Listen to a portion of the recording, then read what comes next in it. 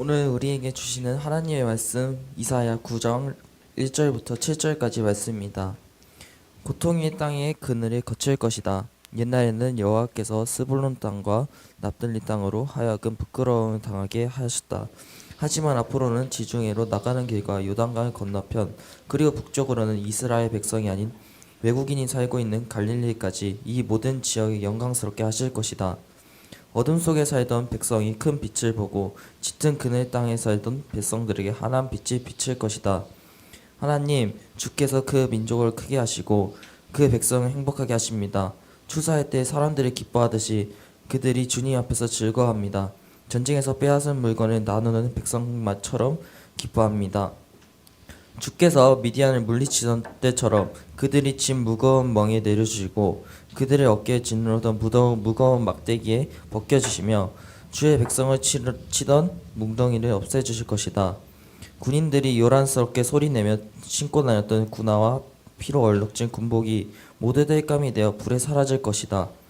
왜냐하면 우리에게 한 아기가 태어날 것이기 때문이다. 하나님께서 우리에게 아들을 주실 것이다. 그의 어깨 위에 왕권이 주어질 것이다. 그의 이름은 기묘자, 모사, 전능하신 하나님, 영원히 살아계신 아버지, 평화의 왕이시다. 그의 왕권은 점점 커지겠고 평화의 그의 나라에 영원히 이어진다. 그가 다윗의 보좌와 다윗의 나라에 다스릴 것이다.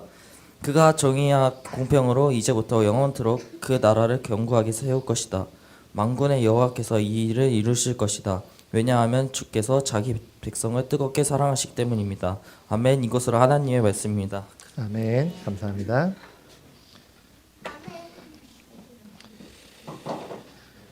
네, 교회에 있어서 두 가지 중요한 절기가 있습니다. 하나는 4월달 혹은 3월달에 있는 부활절입니다.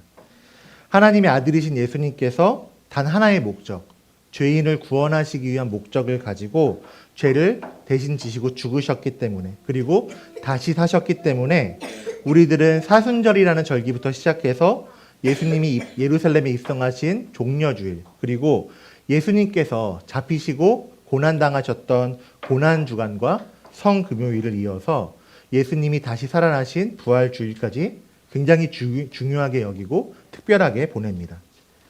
예수님께서 그렇게까지 하신 목적을 우리가 알기 때문에 우리가 특별하게 보내는 겁니다. 왜냐하면 예수님께서 고난당하시고 죽으시고 다시 사신 이유와 목적, 그것은 다른 사람을 위한 것이 아니라, 혹은 예수님 자신을 위한 것이 아니라 나를 위해서, 바로 우리들을 위해서 예수님께서 그렇게 하셨기 때문입니다. 예수님께서 십자가에 죽으신 것이, 다시 살아나신 것이 예수님께서 영광을 받기 위한 것이 아니라 죄인인 나, 우리들을 위해서, 우리를 살리시기 위해서 그 모든 일을 예수님께서 대신 당하셨기 때문에 우리들, 교회는 부활절을 아주 중요하게 여깁니다. 자, 그러면 부활절 말고 우리가 교회에서 중요하게 여기는 절기가 또 하나 무엇일까요? 자, 우리 키즈 친구들 한번 물어볼까요? 여러분 12월 되면 그냥 생각나는 거 뭐예요? 크리스마스, 맞아요. 크리스마스죠. 우리 선우가 이야기해 준 것처럼 크리스마스, 성탄절 역시도 우리는 아주 즐겁게, 중요하게 여기고 즐겁게 보냅니다. 자, 혹시 나는 크리스마스를 너무 싫어한다. 좋아요. 좋죠. A 나왔습니다. 자, 거의 모든 사람들, 99.9% 이상의 사람들은 크리스마스를 기쁘고 즐거워할 겁니다. 왜일까요? 자, 민채가 한번 대답해 볼까요? 크리스마스가 왜 즐거워요? 크리스마스가 왜 즐거운 것 같아요? 시간이 없으니까 자, 제가 대답할게요. 아마 연인이나 가족이 있는 사람들은 함께 연인, 가족과 즐겁게 보낼 수 있기 때문에, 그리고 우리 키즈 아이들 같은 더 어린 아이들은 선물을 받을 수 있기 때문에 이 크리스마스를 즐겁고 좋아할 겁니다. 물론 우리가 함께 즐거운 시간을 보내고 또 선물을 주고 받는 것이 아주 잘못됐다고 말할 수는 없습니다. 왜냐하면 성탄절이라는 것이, 크리스마스라는 것이 우리에게 아주 즐거운 시간, 기쁨의 시간이기 때문에 우리가 그렇게 우리가 사랑하는 사람들과 만나고 또 우리가 즐겁게 선물을 주고 받을 수 있는 겁니다. 우리가 크리스마스를 즐거워하는 이유, 크리스마스를 기다리는 이유는 바로 예수님께서 이 땅에 태어나셨기 때문입니다. 자, 예수님께서 왜 사람의 모습으로 이 땅에 오셨을까요? 우리 퀴즈 친구들 토요 퀴즈 센터 통해서 사도신경에 대해서 배웠을 때 아마 기억할 것 같아요. 예수님께서는 내가 지은 죄, 내가 가지고 있는 죄를 예수님께서 대신 지시기 위해서 이 땅에 오셨다라고 우리가 사도신경을 통해 고백을 하죠. 더 쉬운 말로 정리를 하면은 예수님께서 다른 것이 아니라 구원자로 이 땅에 오셨기 때문에 그 구원자로 오신 예수님으로 인해서 우리의 고통과 슬픔이 사라지고 죄가 사라지고 구원의 기쁨과 즐거움을 누리게 되기 때문에 이 크리스마스, 성탄절을 우리는 아주 기쁘고 즐거운 절기, 부활절과 더불어서 가장 중요한 두 가지 절기로 여기게 됩니다. 자, 이제 12월이 다가왔습니다. 1년의 마지막 달이 다가왔고 우리에게는 아주 기쁘고 즐거운 날, 예수 그리스도가 탄생한 성탄절, 크리스마스가 다가옵니다. 크리스마스라는 단어의 뜻은 그리스도, 구원자를 이야기하는 크라이스트와 예배를 이야기하는 라틴어인 마사라는 단어의 합성어입니다. 그래서 예수님이 오신 날을 감사하고 기뻐하며 즐거워하며 예배드리는 날을 우리가 크리스마스다라고 이름을 붙인 겁니다. 자, 그러면은 예수님께서 이 땅에 오셨어요. 그럼 이게 갑자기 그냥 하나님께서 그냥 가만히 계시다가 즉흥적으로 내가 이 백성을 구원해야겠다라는 마음을 갑자기 먹고 즉흥적으로 보내신 걸까요? 그렇지 않습니다. 예수님께서 이 땅에 태어나시기 전에 아무런 예고 없이 태어났다고 말씀하지 않습니다. 구약성경은 예수님께서 태어나시기 전의 이야기죠. 예수님께서 태어나시기 전의 이야기부터 메시아가 오실 것이다, 구원자가 오실 것이다라는 말씀이 구약성경의 여러 부분을 통해서 기록되어 있습니다. 미가서 5장 2절에서는 베들레헴이라는 동네에서 이스라엘을 다스릴 지도자가 나올 것이다라고 예언을 하고 있는데 베들레헴이 어디예요? 베들레헴이 어디예요, 여러분? 알아요? 베들레헴은 바로 예수님께서 태어나신 장소입니다. 예수님께서 태어나신 장소가 베들레헴인데 바로 베들레헴에서 이스라엘을 구원할 지도자, 구원자가 태어날 것이다라고 말씀하고 있고 이사야 7장에서는 처녀가 잉태하여 아들을 낳을 것인데 그 이름을 임마누엘이라고 하라고 예언하고 있습니다. 그리고 복음서에서는 그 말씀 그대로 주의 사자가 나타나서 이 말씀을 기억하게 하시고 이 말씀을 이루어 주셨습니다. 예수님께서 태어나시기 전에 이미 이 말씀들이 선지자들을 통해서 예언되었다라는 거죠. 선지자의 예언뿐만이 아니라 창세기, 한참 더 옛날에 있는 창세기 3장에서는 아담과 하와가 죄를 범한 이후에 하나님께서 이렇게 말씀하십니다. 여자의 후손이 뱀과 원수가 되게 하여 뱀의 머리를 상하게 할 것이다 라고 말씀하고 있는데 여기서 여자의 후손을 누구를 이야기하는 걸까요? 민서야, 여자의 후손을 누가 얘기하는 것 같아? 예수님, 맞아. 예수님을, 여자의 후손을 예수님을 이야기하고요. 뱀은 우리를 사망, 죽음, 죄로 끌고 들어가려고 하는 사탄을 상징합니다. 그런데 여자의 후손인 예수님께서 사탄의 머리를 밟으시고 상하게 하실 것이다 라고 이야기하면서 예수님께서 태어나시기 한참 전 구약 성경에서부터 이미 구원자가 이렇게 오실 것이라고 예언을 하셨습니다. 이런 예언의 말씀들이 있기 때문에 우리는 크리스마스, 성탄절을 기쁘게 기다릴 수 있는 거죠. 그래서 이 절기를 아까 예배 시작 때 영상에서도 보셨지만 우리는 이거를 대림절 혹은 대강절이나 강림절이라고 이야기를 합니다. 그러면서 특별하게 이렇게 초에 불도 붙이고 이렇게 또 감사하며 예배를 드리게 되는 거죠. 우리가 오늘부터 드리게 될 4주간의 예배, 성탄절 전까지의 예배는 이 기대와 기쁨과 소망이 가득한 기다림의 절기입니다. 그리고 우리는 이 기다림 자체로 즐거워할 수 있는 것입니다. 왜냐하면 구원자가 우리에게 오시는 것을 기다리기 때문이죠. 자, 퀴즈 친구들한테 한번 물어볼게요. 사람한테 죄가 들어왔어요. 죄가 언제 들어왔어요? 제가 언제 들어왔는지 기억나요? 아까 목사님이 한번 얘기했는데 아담과 하와 때부터. 아담과 하와, 최초의 하나님께서 지으신 최초의 인간인 아담과 하와 때부터 죄가 들어왔습니다. 자, 아담과 하와 두 사람으로 인해서 죄가 사람에게 들어왔고 그로 인해서 하나님과 사람과의 관계가 단절돼 버렸습니다. 창세기 3장 23절 24절에서는 이 상황을 이렇게 기록하고 있는데 쉬운 성경으로 보면은 이렇게 말씀합니다. 그래서 여호와 하나님께서는 아담과 그의 아내를 에덴 동산에서 쫓아내셨습니다. 그리고 그가 낳은 근원인 땅을 열심히 갈게 하셨습니다. 이와 같이 하나님께서는 그 사람을 쫓아내신 후에 에덴 동산 동쪽에 천사들을 세우시고 사방을 돌며 칼날같이 타오르는 불꽃을 두시고 생명나무를 지키게 하셨습니다. 아담과 하와, 죄를 지은 사람들을 쫓아내셨대요. 자, 이 말씀만 보면은 아니 하나님이 사랑과 자비의 하나님이라고 말씀을 하는데 너무 단호하고 무자비하게 두 사람을 쫓아내신 거 아닌가라고 생각할 수도 있습니다. 그렇지만 사실 하나님께서 이 두 사람을 쫓아내시고 막는 것 역시 다시 에덴 동산으로 들어가는 것을 막으시는 것 역시 하나님의 보호였고 죄를 지은 사람을 구원하시려는 하나님의 구원의 계획이었습니다. 창세기 3장 22장 후반부에서는 그 이유를 이렇게 말씀하고 있습니다. 이제 그가 손을 뻗어 생명나무의 열매를 따먹고 영원히 살게 되는 것을 막아야 한다라고 하나님께서 말씀을 하세요. 자, 죄를 지은 상태, 죄가 들어와 있는 상태로 생명나무의 열매를 따먹으면은 어떻게 될까요? 그거는 죄인으로 영원히 살게 된다는 걸 의미합니다. 왜냐하면 하나님께서 말씀하시기를 죄는 다른 것으로 해결할 수 없고 피로서만, 죽음으로서만 해결할 수 있다라고 말씀을 하셨는데 그런데 생명나무를 열매를 먹고 죄인인 상태로 영원히 살게 된다면 죄의 문제가 영원히 해결되지 않는 거죠. 하나님께서는 그거를 막기 위해서 죄를 지은 아담과 하와를 에덴 동산에서 쫓아내 버리시고 에덴 못 들어가도록 막아버린 겁니다. 자, 그때부터 하나님과 사람과의 관계는 죄인인 상태로서 관계가 끊어져 버렸습니다. 아무도 그 어떤 누구도 스스로 완벽한 사람이 없었고 죄를 범하지 않는 사람이 한 명도 없었습니다.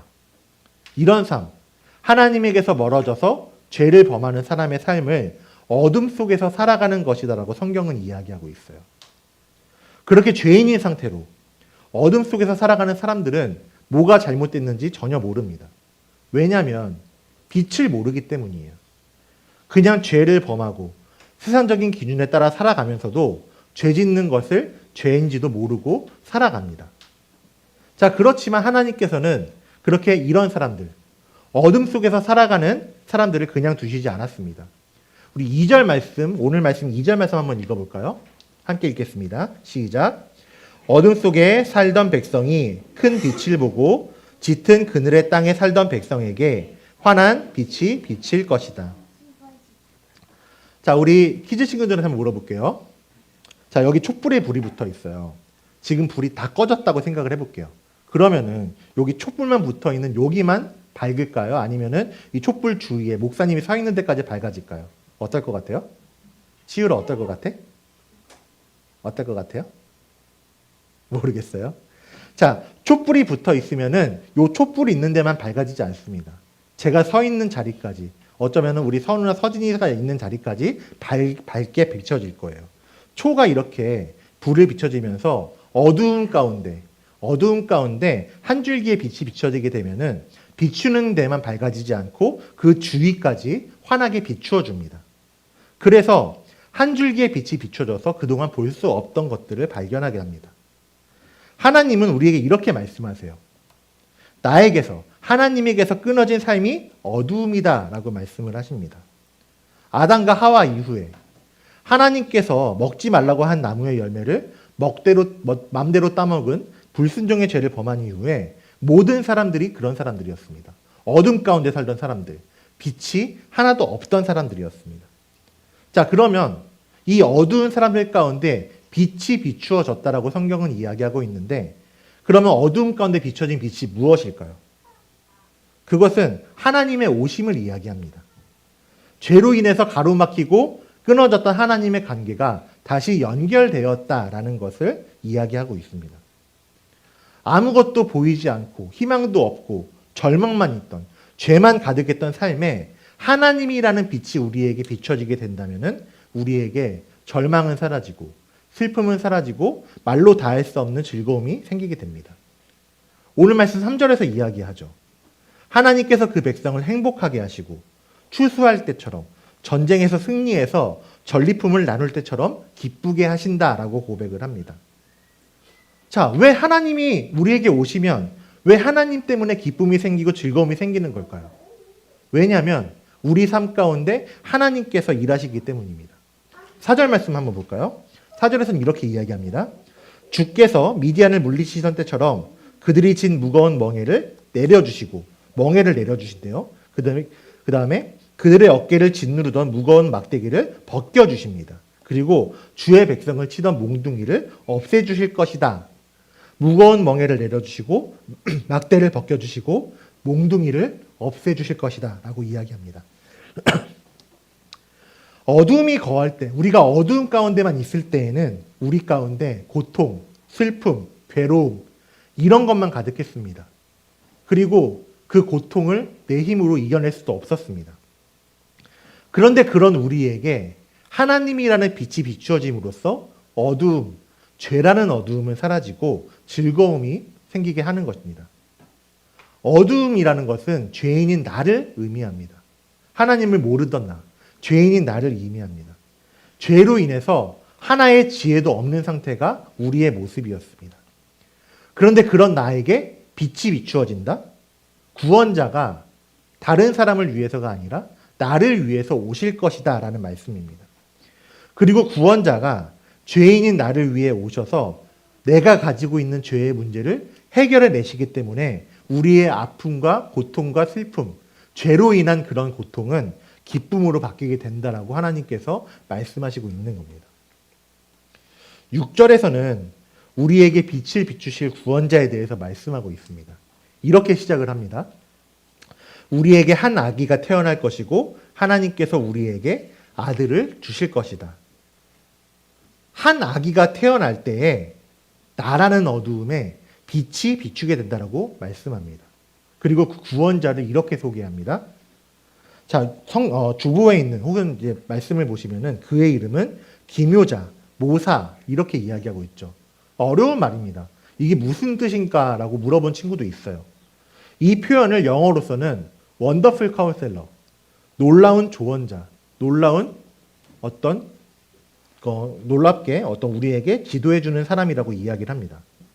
자, 구원자를 기묘자라, 모사라고 이야기하는 것은 구원자가 우리와 같은 사람의 모습, 인간의 모습으로 오시는데 그냥 사람이 가지고 있는 지혜, 사람의 생각으로 이야기하는 것이 아니라 신적인 지혜, 하나님과 같은 지혜로 조언하고 상담하고 이끌어주는 지도자가 구원자라는 것을 이야기하고 있습니다.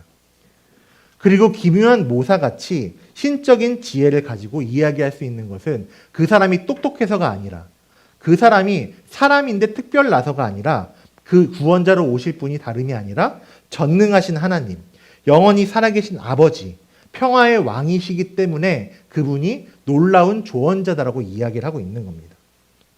즉 구원자로 이 땅에 오시는 분은 한 명의 사람이 아니라 어떤 특정한 사람이 아니라 우리에게 오시는 하나님을 이야기합니다. 우리는 그분의 이름을 다 알죠. 예수님이라는 이름 우리는 알고 있습니다. 우리는 그 구원자의 이름을 이미 알고 있지만 이 예수님이라는 분은 한 명의 인간을 넘어서 놀라운 지혜로 우리를 인도해 주시는 전능하신 하나님이시다라는 것을, 예수님이 즉 하나님이시다, 하나님이 인간의 모습으로 이 땅에 오셨다라는 것을 우리에게 알려주고 있는 것이 오늘 말씀입니다. 이사야 9장 오늘 본문을 통해서 이렇게 미리 예언된 구원자 예수님은 한 명의 인간이 아니라 죄가 없으신 유일한 분이시고 전능하신 하나님이시고 예수님께서 이 땅에 인간의 모습을 하고 오신 구원자 하나님이시다라는 것을 우리에게 미리 알려주시는 겁니다. 이 사실을 이사야 선지자를 통해서 예수님이 태어나시기 한참 전에 활동했던 이사야 선지자를 통해서 미리 깨닫게 하시고 그리고 예수님께서 하나님이시고 동시에 하나님의 아들이시라는 것을 증명해 주고 있는 겁니다. 아무런 빛이 없을 때에는 주위를 아무리 둘러보고 애를 써도 보이지가 않습니다. 간혹 이렇게 생각하는 사람이 있어요. 나는 깜깜한 밤에도 조금만 시간이 지나면 보이는데요 라고 생각하는 사람이 있을 수도 있습니다. 자, 그렇게 깜깜해졌을 때 눈이 적응하면 보이는 이유는 조그맣게나마, 작게나마 빛이 있기 때문에 우리가 볼 수 있는 겁니다. 빛이 없으면은 우리는 어둠 속에서 절대로 볼 수가 없습니다. 우리가 어둠 속에 있을 때 우리가 볼 수 있는 유일한 방법은 우리에게 빛이 비추어지는 것 뿐입니다. 이 말씀처럼 하나님이 죄라는 어둠 속에 있던 우리들에게 빛을 비추어 주셨습니다.